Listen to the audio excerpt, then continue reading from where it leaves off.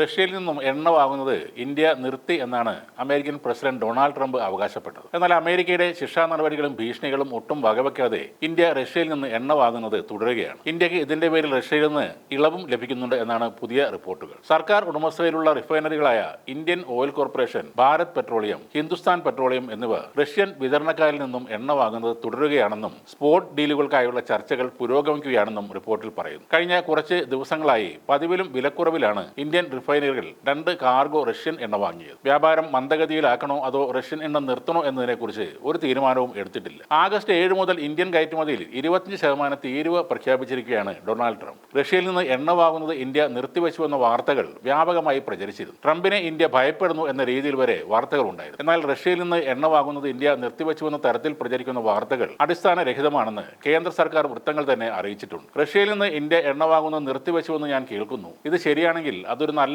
നടപടിയാണ്. ഇതായിരുന്നു ട്രംപിന്റെ പ്രതികരണം. റഷ്യയിൽ നിന്ന് ക്രൂഡ് ഓയിലും സൈനിക ഉപകരണങ്ങളും വാങ്ങിയതിന് ഇന്ത്യക്ക് പിഴ ചുമത്താൻ അമേരിക്ക തീരുമാനിച്ചതിന് പിന്നാലെയാണ് ട്രംപിന്റെ ഈ പ്രസ്താവന ഉണ്ടായത്. എന്നാൽ റഷ്യയിൽ നിന്നുള്ള എണ്ണ ഇറക്കുമതി താൽക്കാലികമായി നിർത്തുന്നതുമായി ബന്ധപ്പെട്ട പ്രത്യേകം സംഭവവികാസങ്ങളെക്കുറിച്ച് കേന്ദ്രത്തിന് അറിയില്ലെന്നും വിദേശകാര്യ മന്ത്രാലയം വ്യക്തമാക്കിയിരുന്നു. ലോകത്തിലെ 3ാമത്തെ വലിയ എണ്ണ ഇറക്കുമതിക്കാരായ ഇന്ത്യ കടൽ മാർഗമുള്ള റഷ്യൻ ക്രൂഡിന്റെ ഏറ്റവും വലിയ ഉപഭോക്താവുമാണ്. ഉക്രൈൻ യുദ്ധത്തെ തുടർന്ന് പാശ്ചാത്യ ഉപരോധങ്ങൾ ഏർപ്പെടുത്തിയിട്ടും ഇന്ത്യ വിലക്കുറവിൽ റഷ്യൻ എണ്ണ ഇറക്കുമതി ചെയ്യുന്നത് തുടരുന്നതിനെ ട്രംപും US സ്റ്റേറ്റ് സെക്രട്ടറി മാർക്കോ റൂബിയോയും നേരത്തെ തന്നെ വിമർശിച്ചിരുന്നു. അതിനു പുറമെ ഇന്ത്യയിൽ നിന്ന് ഇറക്കുമതി ചെയ്യുന്ന ഉൽപ്പന്നങ്ങൾക്ക് 25% അധിക ഇറക്കുമതി തീരുവ ചുമത്താനും ട്രംപ് തീരുമാനിച്ചിട്ടുണ്ട്. റഷ്യ ഉക്രൈനുമായി സമാധാന കരാറിൽ എത്തിയില്ലെങ്കിൽ റഷ്യൻ എണ്ണ വാങ്ങുന്ന രാജ്യങ്ങൾക്ക് 100% തീരുവ ചുമത്തുമെന്ന് ട്രംപ് ഭീഷണിപ്പെടുത്തുകയും ചെയ്തിരുന്നു. അതിനിടെ ക്ഷീര കാർഷിക ഉൽപ്പന്നങ്ങളുടെ തീരുവ കുറയ്ക്കില്ലെന്ന നിലപാടിലാണ് ഇന്ത്യയും. ബീഫ് ഉൾപ്പെടെയുള്ള ഇറക്കുമതി തീരുവ കുറക്കാനാകാത്ത ഉൽപ്പന്നങ്ങളുടെ പട്ടിക വാണിജ്യ മന്ത്രാലയം തയ്യാറാക്കിയിട്ടുമുണ്ട്. ഇന്ത്യയും റഷ്യയും ഒക്കെ വെല്ലുവിളിക്കുന്ന ട്രംപിനെതിരെ അമേരിക്കയിലും പ്രതിഷേധം ഉയരുന്നുണ്ട്. പാകിസ്ഥാൻ എന്ന